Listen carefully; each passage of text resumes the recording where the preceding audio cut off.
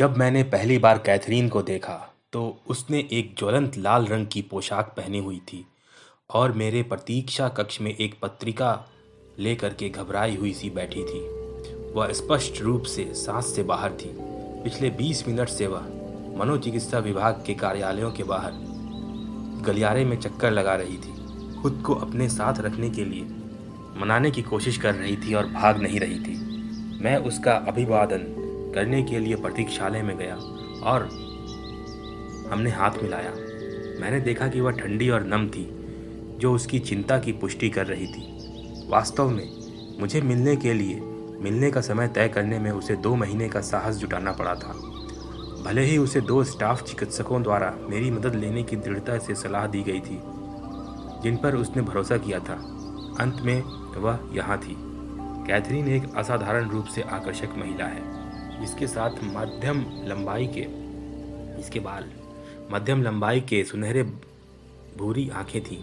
उस समय वह अस्पताल में एक प्रयोगशाला तकनीशियन के रूप में काम किया, जहां मैं था मनोचिकित्सा प्रमुख, और उसने मॉडलिंग से अतिरिक्त पैसा कमाया। मैं उसे अपने कार्यालय में ले गया। सोफे के पीछे और चमड़े की एक बड़ी कुर्सी पर हम एक दूसरे के सामने बैठे। मेरी अर्धवृत्ताकार मेज हमें अलग कर रही थी। कैथरीन अपनी कुर्सी पर वापस झुक गई, चुप रही, न जाने कहाँ से शुरू की। मैंने इंतज़ार किया, पसंद किया कि वह उद्घाटन चुने। लेकिन कुछ मिनटों के बाद मैंने पूछताछ शुरू की, उसके अतीत के बारे में। उस पहली मुलाकात में हम यह जानने लगे कि वह कौन थी और मुझसे मिलने क्यों आई थी।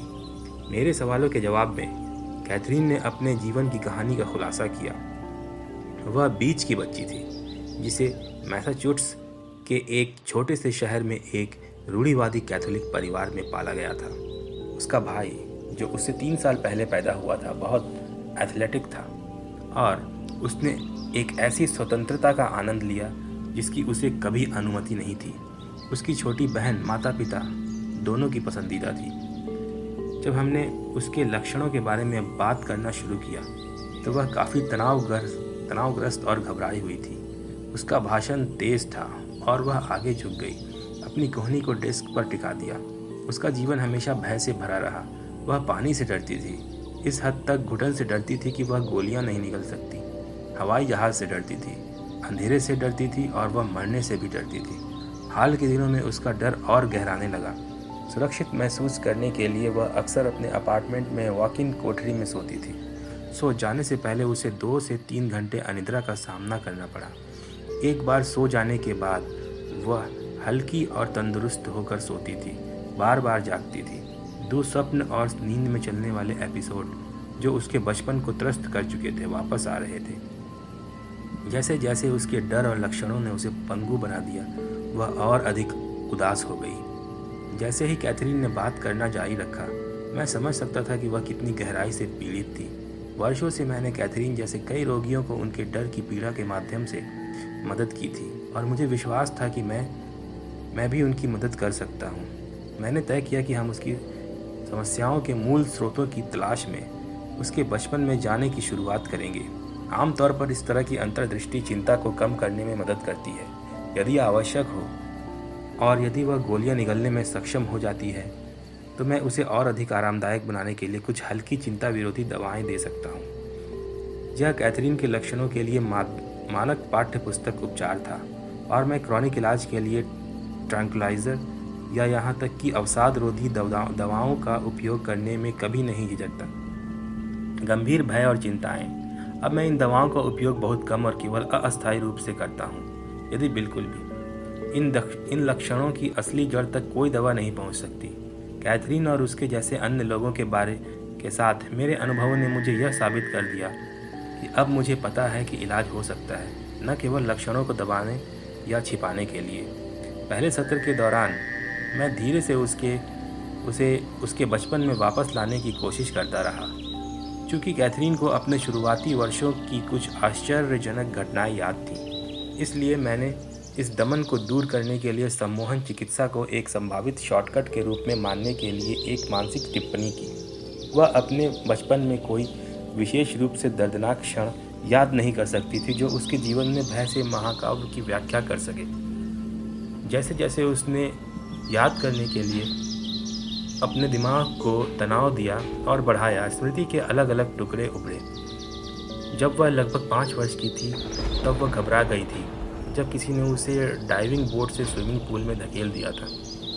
उसने कहा कि उसे उस घटना से पहले भी उसने कभी पानी में सहज महसूस नहीं किया था। जब कैथरीन 11 साल की थी तब उसकी माँ बुरी तरह उदास हो गई थी। उसकी माँ के परिवार से अजीब तरह से हटने के कारण आगामी इलेक्ट्रोशॉक उपचार के साथ एक मनोचिकित्सक के पास जाना आवश्यक हो गया। इन उपचारों ने उसकी माँ के लिए चीज़ों को याद रखना मुश्किल बना दिया। उसकी माँ के साथ इस अनुभव ने कैथरीन को डरा दिया, लेकिन जैसा कि उसकी माँ ने साबित किया और फिर से खुद बन गई, कैथरीन ने कहा कि उसका डर दूर हो गया। उसके पिता का शराब के दुरुपयोग का एक लंबा इतिहास था और कभी भी कैथरीन के भाई को अपने पिता को स्थानीय बार से वापस लाना पड़ता था। उसके पिता की बढ़ती शराब की खपत के कारण उसका अपनी माँ से बार बार झगड़ा होता था, जो तब मूडी हो जाती थी और पीछे हट जाती थी। जैसे भी कैथरीन ने इसे देखा जैसे एक स्वीकृत पारिवारिक पैटर्न। घर के बाहर चीज़ें बेहतर थीं। उसने हाई स्कूल में डेट किया और अपने दोस्तों के साथ आसानी से घुल मिल गई, जिनमें से अधिकांश वह कई सालों को जानती थी। हालांकि उसे लोगों पर भरोसा करना मुश्किल लगता था, खासतौर पर उन लोगों पर जो उसके दोस्तों के छोटे दायरे से बाहर थे। उनका धर्म सरल और निर्विवाद था। उसे पारंपरिक कैथोलिक विचारधारा और प्रथाओं में विश्वास करने के लिए उठाया गया था और उसने कभी भी अपने विश्वास की सच्चाई और वैधता पर संदेह नहीं किया था। उनका मानना था कि यदि आप एक अच्छे कैथोलिक हैं और विश्वास और उसके अनुष्ठानों का पालन करके ठीक से रहते हैं तो आपको स्वर्ग जाने का पुरस्कार मिलेगा। यदि नहीं तो आप शुद्धिकरण या नर्क का अनुभव करेंगे। एक पितृसत्तात्मक परमेश्वर और उसके पुत्र ने यह अंतिम निर्णय ले चुके हैं। मुझे बाद में पता चला कि कैथरीन पुनर्जन्म में विश्वास नहीं करती थी। वास्तव में वह इस अवधारणा के बारे में बहुत कम जानती थी। हालांकि उसने हिंदुओं के बारे में बहुत कम पढ़ा था। पुनर्जन्म उसकी परवरिश और समझ के विपरीत एक विचार था। उसने कभी कोई तत्व मीमांसा या गुप्त साहित्य नहीं पढ़ा था, जिसमें उसकी कोई दिलचस्पी भी नहीं थी। वह अपने विश्वासों में सुरक्षित थी। हाई स्कूल के बाद कैथरीन ने प्रयोगशाला तकनीशियन के रूप में उभर कर 2 साल का तकनीकी कार्यक्रम पूरा किया। पेशे से लैस और अपने भाई के टम्पो चले जाने से प्रोत्साहित होकर कैथरीन ने मियामी में university of Miami school of medicine से संबंधित एक बड़े शिक्षण अस्पताल में नौकरी की। वह 21 साल की उम्र में 1974 के वसंत में मियामी चली गई। एक छोटे से शहर में कैथरीन का जीवन मियामी में उसके जीवन की तुलना में आसान हो गया था। फिर भी वह खुश थी कि वह अपनी पारिवारिक समस्याओं से भाग गई थी। मियामी में अपने पहले वर्ष के दौरान कैथरीन स्टुअर्ट से मिली, मैरिड यहूदी और 2 बच्चों के साथ। वह किसी भी अन्य पुरुष से बिल्कुल अलग था जिसे उसने कभी डेट किया हो। वह एक सफल चिकित्सक, मजबूत और आक्रामक था। उनके बीच एक अप्रतिम केमिस्ट्री बनी, लेकिन उनका अफेयर पथरीला और टेढ़ा था। उसके बारे में कुछ उसके जुनून को आकर्षित करता है, उसे जगाया, मानो वह उससे मंत्रमुग्ध हो। जिस समय कैथरीन ने चिकित्सा शुरू की उस समय स्टुअर्ट के साथ उसका संबंध छठे और बहुत जीवित था। यदि ठीक नहीं था, कैथरीन स्टुअर्ट का विरोध नहीं कर सकती थी। हालांकि उसने उसके साथ खराब व्यवहार किया और वह उसके झूठे टूटे वादों और जोड़ तोड़ पर गुस्से में थी। मेरे साथ अपनी नियुक्ति से कई महीने पहले कैथरीन को सौम्य नोड्यूल के लिए वोकल कॉर्ड सर्जरी की आवश्यकता थी। वह सर्जरी से पहले चिंतित थी, लेकिन रिकवरी रूम में जागने पर वह बिल्कुल घबरा गई थी। नर्सिंग स्टाफ को उसे शांत करने में घंटों लग गए। अस्पताल में उसके ठीक होने के बाद उसने डॉक्टर एडवर्ड पूले की तलाश की। एड एक दयालु बाल रोग विशेषज्ञ थे जिनसे कैथरीन अस्पताल में काम करने के दौरान मिली थी। उन दोनों ने त्वरित संबंध महसूस किया था और एक घनिष्ठ मित्रता विकसित कर ली थी।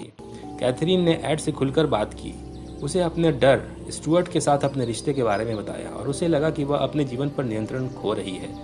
उन्होंने जोर देकर कहा कि वह मेरे साथ और केवल मेरे साथ एक नियुक्ति करे, मेरे किसी सहयोग मनोचिकित्सक के साथ नहीं। जब एड ने मुझे अपने रेफरल के बारे में बताने के लिए बुलाया तो उन्होंने समझाया किसी कारण से उन्होंने सोचा कि केवल मैं ही वास्तव में कैथरीन को समझ सकता हूँ। भले ही अन्य मनोचिकित्सकों के पास भी उत्कृष्ट साख थी और वे कुशल मनोचिकित्सक थे। हालांकि कैथरीन ने मुझे फ़ोन नहीं किया। 8 सप्ताह बीत गए। मनोचिकित्सा विभाग के प्रमुख के रूप में अपने व्यस्त अभ्यास के दौरान मैं एड की कॉल के बारे में भूल गया था। कैथरीन का डर और बढ़ गया।